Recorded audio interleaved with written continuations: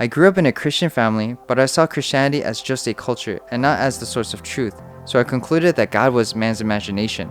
Without God, I lived a life pursuing happiness. For me, the pursuit of happiness was achieved by getting other people's approval, so I went out of my way to be the fun and happy friend that was always up for hangouts and gaming. I also had a desire to advance society through technology by creating apps that would increase quality of life.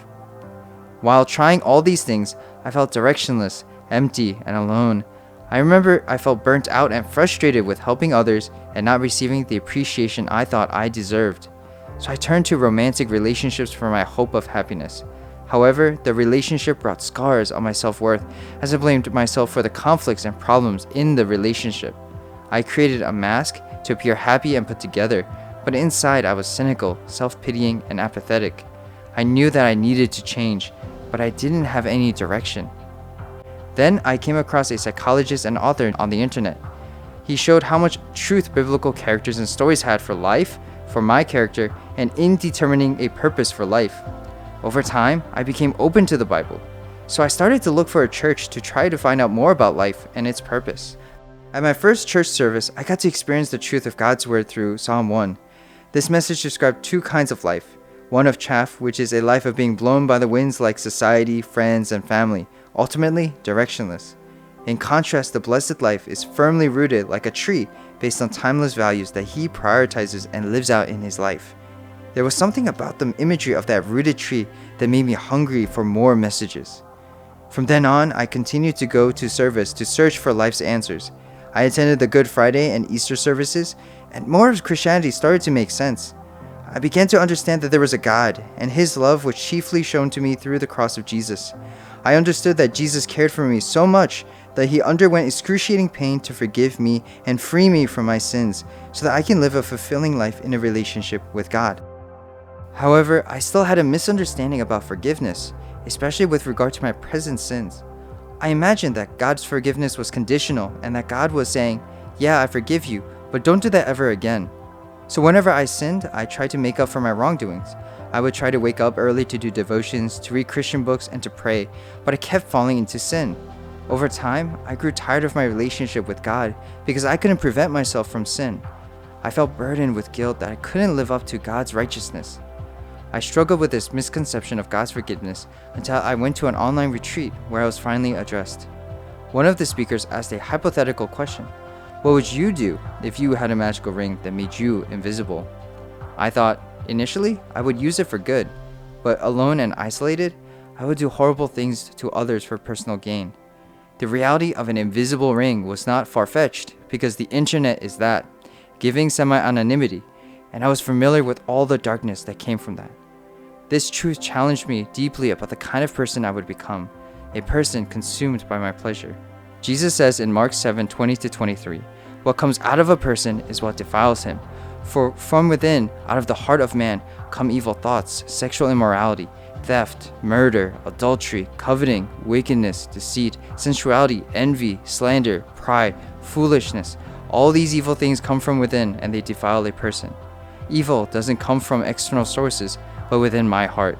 This realization tore down any possibility of becoming morally good by my own strength, and I didn't know what to do about reconciling myself with God. In the retreat, it was made clear that the only person who can save me from God's wrath is Jesus. My evilness is internal. However, when I look to Jesus, I see God willfully undergoing excruciating suffering to take my place before God's judgment. I confessed to God about my helplessness in making amends with Him, and thanked Him for His sacrifice in order to forgive me of my sins, past and present. This realization freed me, and instead of relating with God through my own righteousness, I can now relate with God through my gratitude for His love for me on the cross. Before, I sought self-fulfillment and happiness and met waves of disappointments and frustrations. Had I not pursued God, I would have found myself still trying to satisfy this deep longing for happiness and fulfillment by doing a variety of things to satisfy the needs of others and myself, and asking, is this it? Now I am grateful and joyful for what God has done in my life, and in response, I want to fulfill God's true purpose for me, not to seek happiness for myself, but to proclaim the gospel and to share God's love with others.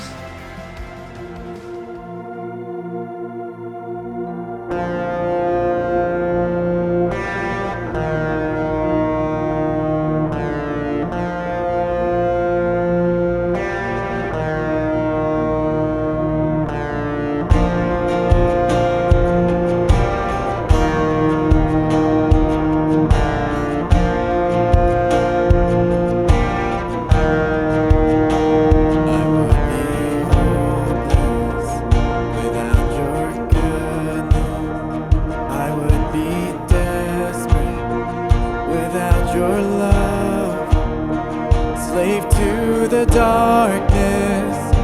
If it wasn't for the cross, you have won me with your kindness. Chased me down when I was lost. Where would I be if it wasn't for the cross? Hallelujah. Thank you, Jesus. I was a prisoner, now I'm not. With your blood you bought my freedom. Hallelujah. For the cross, all my shame was met with mercy. Now your mercy will be my song. Oh, the glory, oh, the power of the cross.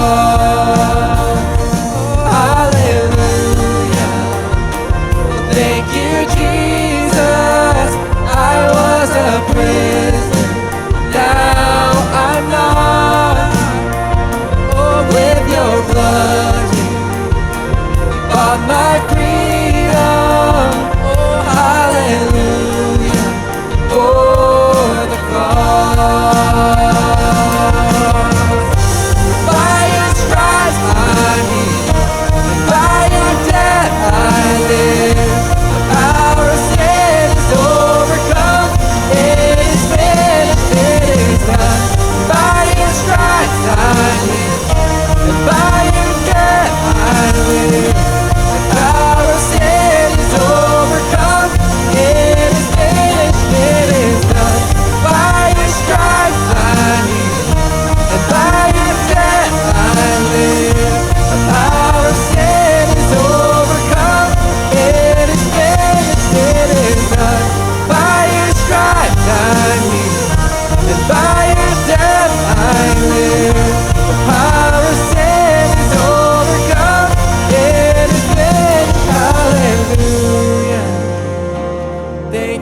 Jesus, I was a prisoner, now I'm not. With your blood you bought my freedom. Hallelujah, for the cross. Hallelujah, thank you Jesus, I was a prisoner, now I'm not. With your blood you bought my freedom. Hallelujah, for the cross.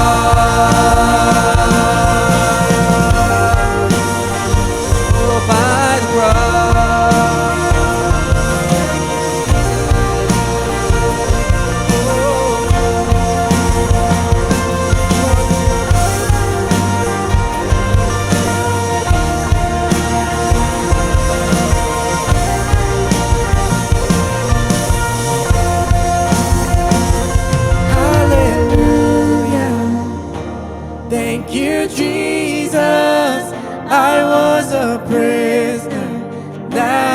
I'm not. With your blood you bought my freedom. Hallelujah, for the cross. Hi, I'm Kevin. I'm thankful I get to share God's word with you guys today, and I am excited for how God is going to speak to us through today's text. Now, skateboarding made its debut at the Olympics this past summer, and the gold medal favorite was Nyjah Huston, skating for the United States. He's so famous, he is like one name famous, like LeBron, Serena, Nyjah. Sports Illustrated ran an article on him describing him as the icon with tattoos covering more of his body than water covers the earth. The celebrity with 4.75 million IG followers, the athlete who awes other elite athletes. Nyjah Huston, he is a 5-time world champion and world number 1. And the Olympic skating competition came and went, and Nyjah lost. He almost won, sort of. Actually, he really messed it up. He didn't even medal. He came in 7th. Nyjah, he should have won. He had all the potential, he had all the cred, but he just couldn't do it. And today we're talking about a guy who just couldn't do it. Someone in the Bible who had tons of potential, tons of cred, who should have accomplished something really quite great, but he came up short. This guy wasn't an enemy of God. He wasn't even opposed to God. In fact, he was called and equipped by God and commissioned for something really special. Things should have gone well, and they did for a little while, but then this guy spirals and spirals and spirals until he self-destructs. And near the end, when his life is self-destructing, really briefly, we glimpse what could have been. We're talking about a guy who was like a Hulk Captain America mashup. Not green like Hulk, but he is super strong like him. And he's a little bit like Captain Israel, but with long, flowing, uncuttable hair. And we are talking, of course, about Samson, one of the judges for Old Testament Israel. Samson, he was a judge, and he was appointed for a great mission. As a judge, that doesn't mean that he wore black robes or decided between guilty and innocent.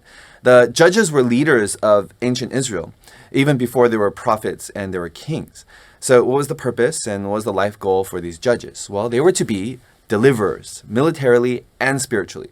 Militarily, he was God's appointed soldier to rescue Israel from her enemies. And then spiritually, to be a deliverer, to bring the people back to God worship.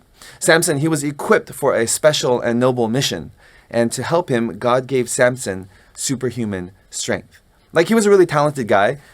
Just to give you a couple of pictures. Once he caused a ton of trouble. He runs away to a city. He falls asleep there. And in the meantime, the city gets surrounded by enemy Philistines who are like trying to get him. And then Samson wakes up. He walks out to the city gates. He picks them up. He puts them on his shoulders. And he starts walking to the top of the mountain. And by that time, everyone has like totally freaked out and runs away. And he just throws the city gates down the side of the mountain. Here's a guy, he doesn't need weapons to be a military deliverer.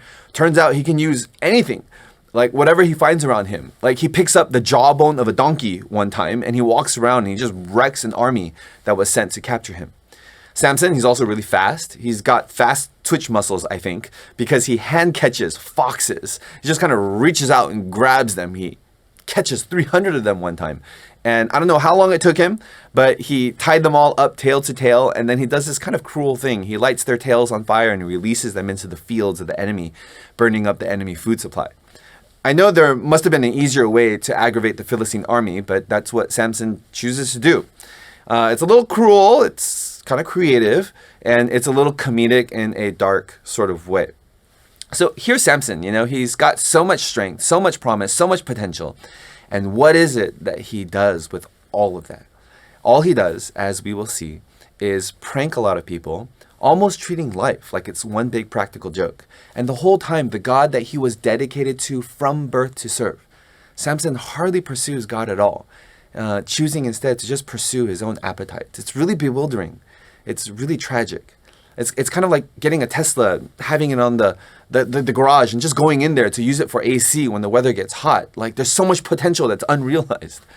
So let's back up a little bit, okay? Before Samson was born, Israel was spiritually dysfunctional. Things were so dysfunctional that God had to intervene, and God appoints Samson to deliver Israel. So reading from chapter 13, verse 3. And the angel of the Lord appeared to the woman and said to her, You shall conceive and bear a son. Therefore be careful and drink no wine or strong drink, and eat nothing unclean. No razor shall come upon his head, for the child shall be a Nazarite to God from the womb, and he shall begin to save Israel from the hand of the Philistines. So a Nazarite was a special thing a Jew could do as a way to separate himself for God. It's kind of like how a guy enlists in the army, nowadays. He separates himself from civilian life and dedicates himself to serving the country. Like a Nazarite sort of did that. He separated himself out. And he would take 3 vows. You can find these 3 vows in Numbers chapter 6. Let me summarize here. Number 1, no contact with the dead. Number 2, no wine or strong drink. And number 3, no cutting hair. That's what it means in the text when it says like no razor is going to come on his head. Now, it sounds strange to us, okay? But it was a really special vow to make. And it was a real privilege to be a Nazarite. So Samson, he's born, he's super strong, and things look quite good. Okay, so reading from verse 24. And the woman bore a son and called his name Samson. And the young man grew, and the Lord blessed him. And the Spirit of the Lord began to stir him. So what God does for Samson, which is bless him, and then God's Spirit stirring within him, it's a really neat and personal picture. For those of you guys who grew up in the church, I think this is true about your life. God has blessed you. He's given you life, He's led you, He's placed you in the body of Christ. And probably many of you have experienced what it says in verse 25, that the Spirit of the Lord began to stir him. I remember my freshman year in college. That was a time that the Spirit of the Lord began to stir me. I was a new Christian. I had just become Christian like 2 years previously in high school. And I was in the midst of a lot of doubts about if I could live out Christian life, like if I had made the right decision to become a Christian. And I came to a college campus that was largely hostile, indifferent at best, to my faith. I lived in the dorm with friends who gave me funny looks about going to Bible study on Friday nights. And I just felt a whole mix of desires inside of me, longing for experiences that seemed forbidden. It made me grapple a lot with what I believe. Like, is this Christianity true? And like, there was some frustration too. Like, God, what are you doing in my life? But it turns out that this was the perfect brew of circumstances, because in the midst of my campus, my dorm friends, and my own doubts and desires, God also put into my life other Christians who were serious about their faith. God gave me a church where His word was being preached and lived out, and there were older ones interested in me, supporting me. And you know what happened during that time? The Spirit of the Lord was happening. The Spirit of the Lord began to stir in me. I want you to think about the most recent time you've experienced the Spirit of the Lord stirring in you. Maybe it was in response to God's word, a personal devotion you read, or a prayer that you prayed, or a conversation that you had with a zealous friend. Open your heart to the Spirit of the Lord stirring in you. It's a miraculous and tremendous privilege when that happens. And if that's you, if you've experienced that, then let's also heed these words from 1 Thessalonians. Do not quench the Spirit. So what happens next in Samson's life? Let's pick it up and just read from verse 1. Samson went down to Timnah, and at Timnah he saw one of the daughters of the Philistines. Then he came and told his father and mother, I saw one of the daughters of the Philistines at Timnah. Now get her for me as my wife. But his father and mother said to him, Is there not a woman among the daughters of your relatives or among all our people that you must go to take a wife from the uncircumcised Philistines? But Samson said to his father, Get her for me, for she is right in my eyes. So here Samson, he sees a girl, he's interested, and like, what could be more natural, right? You see a guy, you see a girl, they kind of catch your eye and you're interested, and the next thing you know, you want to marry them. Samson's a little too fast, right? But that's what he does. So let me just do a little bit of Bible nerding out here. There's a repetition in verse 1 and verse 2 of the word saw. And then in verse 3, it says, right in my eyes. All of that is Genesis 3 language. Those are the words that echo that very first act of rebellion by Eve in the Garden of Eden. She saw that it was right in her own eyes, and then she took. It is the author's way of cluing us into this terrible thing that Samson's about to do. Like that same move, a God-rejecting act of rebellion against the Creator, like Samson's about to do that. Now, you take a step back and you look at Samson like, dude, like how well do you know this woman? It turns out not very well, right? I mean, after all, he just saw her. And if you look at the text, it just says that this woman is a Philistine. 3 times it says that. It's another flag that Samson is doing a forbidden thing. This is not right. Samson is supposed to be the judge appointed by God to deliver Israel from the Philistines and restore right worship of God to the people. At least that's the vision for his life that God intended. But it's like that doesn't even exist for Samson anymore. Samson's like, yeah, whatever. Who cares about that stuff? Like deliver, schmeliver, God worship, God's vision for me, I don't care. For Samson, God's vision for his life might as well not exist. A little romance, a little desire, the within reach forbidden thing, and what does that all do to a person? Like it can make God's vision for our life totally unintelligible. A foggy, distant memory. God just kind of being irrelevant. Like, can you relate to that? Has that ever happened in your life? If you're anything like me, a fallen sinner, then it has. Maybe it's happening now. In which case, here's a word the Spirit is using to stir your heart. Now, there's a strange thing that happens as Samson is headed to meet this girl. Verse 5. Then Samson went down with his father and mother to Timnah, and behold, a young lion came towards him, roaring. Then the Spirit of the Lord rushed upon him, and although he had nothing in his hand, he tore the lion in pieces as one tears a young goat. But he did not tell his father or his mother what he had done. So the Spirit of the Lord rushed upon Samson, and like with his bare hands, Samson is this like really gifted, powerful guy. And then a little while later, this happens. Verse 8. After some days, he returned to take her, like this is his future wife, and he turned aside to see the carcass of the lion. And behold, there was a swarm of bees in the body of the lion, and honey. He scraped it out into his hands and went on eating as he went. And he came to his father and mother and gave some to them, and they ate. But he did not tell them that he had scraped the honey from the carcass of the lion. Okay, so in addition to this being like not animal friendly, and like I wouldn't want to shake Samson's hand, Samson breaks the first Nazirite vow. He cannot touch a dead carcass, which is why carcass of the lion is repeated twice. The Bible is making it clear Samson's committing a serious violation, which also explains why he doesn't tell his parents. And then right after this, Samson goes to his wedding with this Philistine girl. Okay, verse 10. His father went down to the woman, and Samson prepared a feast there, for so the young men used to do. As soon as the people saw him, they brought 30 companions to be with him. So he prepares a feast or party, which is what you do when there's a wedding. And the young men referenced here in the text, these are all pretty clearly, these are Philistines. And then this word feast, right? Smart Hebrew scholars tell us that the word for feast here translates into like a debauched party, meaning a lot of drinking, getting drunk, getting totally wasted, and all the other stuff that accompanies that. Now, Samson is the guy who initiated this, right? Like, what is going on? Here is Samson, and he has broken his second vow. So, after marrying this Philistine girl, okay, Samson leaves her, he goes to be with the prostitute, and then after the prostitute, he finds another girl, Delilah, okay? So as you can see, like Samson's a total womanizer. He's addicted to, I guess, pleasure and affection, and it's probably not a stretch to say that he's sexually addicted to by the time he's with Delilah. So let's look at Delilah. What kind of person is she? And we get a preview of what she's like in verse 4. After this, he, Samson, loved a woman in the valley of Sorek, whose name was Delilah. And the lords of the Philistines came up to her and said to her, "Seduce him, and see where his great strength lies, and by what means we may overpower him, that we may bind him to humble him, and we will each give you 1,100 pieces of silver." So Delilah said to Samson, "Please tell me where your great strength lies, and how you might be bound, that one could subdue you."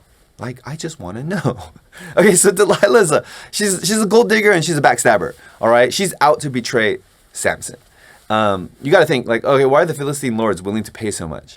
And the reason is because Samson has killed several thousand Philistines by this point. Despite not ever living up to his role as deliverer for Israel, he still managed to frustrate and mess up the Philistine soldiers, like hundreds, maybe thousands of soldiers, and their food supplies are all messed up, all because of Samson.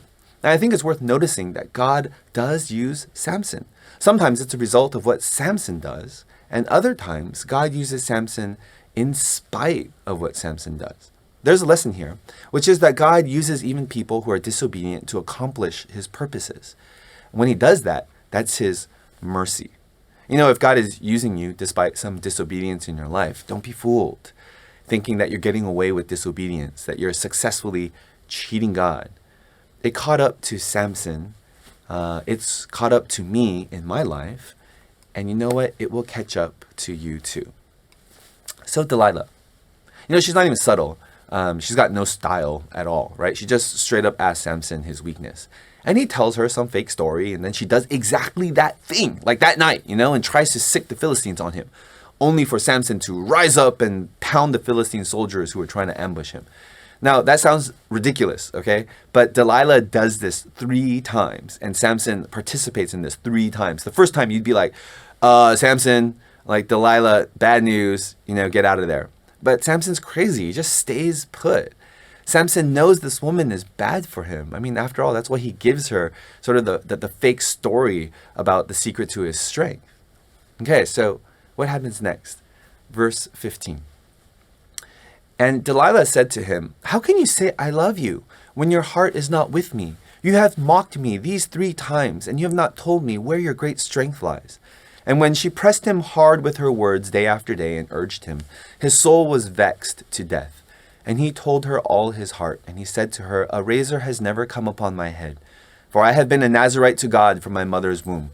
If my head is shaved, then my strength will leave me, and I shall become weak and be like any other man." So this powerful, invincible, super strong Samson, he loses his nerve, and he's undone by Delilah's persistent nagging. Like, Samson, bro, go home. Go get like a real friend. Like, go back to Israel, do something. Anything, but just don't be here in this house. But no, Samson is here, and he tells her everything. What's Delilah's response to this? There's absolutely no mercy. This isn't some like love story where the girl's heart melts after hearing a vulnerable confession. It turns out that Delilah doesn't care about him at all. Verse 18, when Delilah saw that he had told her all his heart, she sent and called the lords of the Philistines, saying, "Come up again, for he has told me all his heart." Then the lords of the Philistines came up to her and brought the money in their hands. She made Samson sleep on her knees, and she called a man and had him shave off the 7 locks of his head. Then she began to torment him, and his strength left him. And then the most tragic line of Samson's story follows next. Verse 20. And she said, "The Philistines are upon you, Samson." And he awoke from his sleep and said, "I will go out as other times and shake myself free." But he did not know that the Lord had left him. And the Philistines seized him and gouged out his eyes and brought him down to Gaza and bound him with bronze shackles. And he ground at the mill in the prison. I'll just do what I've always done. I'll shake myself free. I'll break the chains. I'll break the bonds. I'll be fine. Except this time, Samson can't. There comes a time, when you can't shake yourself free anymore. The addictions and the vices and the desires that we thought we could control, there comes a time when you run out of strength. The decisions, they accumulate, and you can shake it off only so many times until you can't anymore. You can cheat life and God and yourself only so many times until you can't. Here's Samson, he's so hooked, so addicted, so ensnared, and he gets to a point where he loses all of his freedom. He misses his destiny completely. All that potential, all that promise that he had. And all he does with it throughout his life is just prank some people and pursue his own desires. And he's dragged away. And these sad verses here are what becomes of Samson, the judge, the deliverer, and the catalyst for Israel. Blinded in heart, now blinded for real, imprisoned, and shortly after this, someone that the Philistines bring out for sport like a circus animal. Like, I really want you to feel for Samson, because I do. I look at Samson's life and I see a lot of Samsons like that I've seen, that have gone through my life. I see people who are old now, who once were so full of God-given promise and potential. They were at some point in their life super strong because of the Spirit of God within them. They were empowered by God's word, by God's people. They were given a great mission to be a deliverer and spiritual catalyst to lost people and to their campuses. And too often I've seen what people have done with all that potential, with all that promise. They just treated their life like it was a joke. They indulged themselves. They broke their vows. They didn't get rid of the Delilahs sucking the life out of them. Now, what would you say if you were Samson's older brother or sister? If you could just take this guy, you could put him in the room and give him a piece of your mind, I kind of think that you would know what to say to him.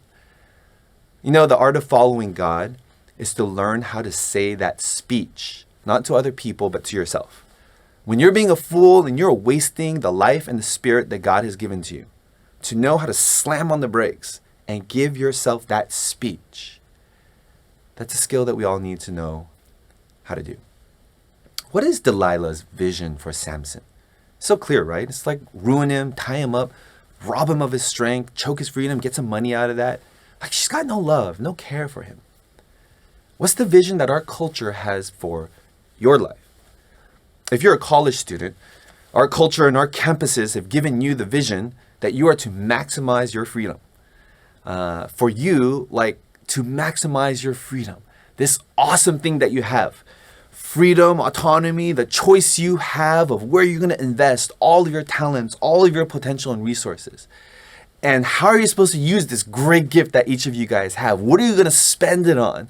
And our culture tells you, like, just get drunk on the possibility of what you can do with your freedom. Use your body as a playground for experiences and experiments in which the primary criteria of, like, what you let into your life, like, it's just pleasure and social acceptance. Get drunk on the possibility of sexual freedom to do whatever you want with whomever you want. And all we see, are these manicured IG feeds, snapshotting, like, so attractive moments that stir longings in us. And what we don't see is everything outside of the frame. We don't see the shame. We don't see the regret, the feelings of worthlessness and self-loathing of people who felt used, or the blindness of the users. Gosh, our culture's vision for your life, it's so consumerist. Like, if you just get more stuff and more things and more experiences, and there's plenty of it, that's what's going to make you happy. But you know what? I think that story is no longer delivering happiness as we live in the wealthiest, most opportunity-laden society in human history. Because people are figuring it out. I'm not happy. The statistics confirm that. It say that we're sadder, lonelier, more anxious, and going through a mental health crisis. We should be happier, but we're not. I think the vision our culture has for us is worse than Delilah's vision for Samson. Our strength and our real freedom is robbed, and an entire generation is being bound. Its attention and desire is being hijacked and extorted. Don't let that happen with the one life that God has given to you. Watch out. Watch out for how our screens disciple us. Meaning that it shapes our heart and our minds, our opinions and our desires. Only Jesus should disciple you that completely and that thoroughly. Only God's word should have that kind of power in your life. Delilah, she didn't care about Samson. And there's a lot of Delilahs in our world who don't care about you. What is God's vision for your life? What does God want for you? I think he wants to see a generation of his followers zealous to do his work, taking his word as the guiding light in their lives, preaching the gospel, serving him and others. Think about what Samson could have become, what God wanted him to become, how God equipped Samson and readied him, what Israel and his people needed Samson to become. And then look at Samson, so consumed by his appetites. He sacrificed his future, his calling, the people who needed him, all so that he could have like a little side gig indulging his small appetites.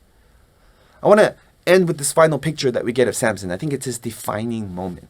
He's blinded in both eyes. He's a slave working the Philistine fields. He's brought out as a circus animal every once in a while to entertain the masses. But the months have gone by and this guy's hair is growing back. And here at the end of his life, I think we find Samson's defining moment. Verse 23, chapter 16. The Philistine rulers held a great festival, offering sacrifices and praising their god Dagon. Half drunk by now, the people demanded, "Bring out Samson so he can amuse us." So he was brought from the prison to amuse them, and they had him stand between the pillars supporting the roof. Then Samson prayed to the Lord, "Sovereign Lord, remember me again. O God, please strengthen me just one more time. With one blow, let me pay back the Philistines for the loss of my 2 eyes." Then Samson put his hands on the 2 center pillars that held up the temple. Pushing against them with both hands, he prayed, "Let me die with the Philistines." And the temple crashed down on the Philistine rulers and all the people. So he killed more people when he died than he had during his entire lifetime. Like, it's a really intense prayer. I think there's a lot of vengeance in that prayer, but there's also some real repentance and humility in there too. And God grants Samson his prayer. Like, just think about that prayer. If the intensity and faith that Samson had in those final moments of life wasn't just a single defining moment, but actually characterized his whole life, imagine what kind of deliverer and spiritual catalyst he could have been. There's a lot to not like about Samson, but this moment of being really spiritually intense, repenting and having faith, I think that's something you and I can point to and say, God, I want that for my life. I wanted to close with a couple of questions for you. In what ways are you like Samson? In what ways do you need to stop some foolish, self-destructive patterns in your life? And how is God calling you to follow him, to serve him, to unleash blessing and live up to the potential that God has given to you? Let's take a moment for personal reflection.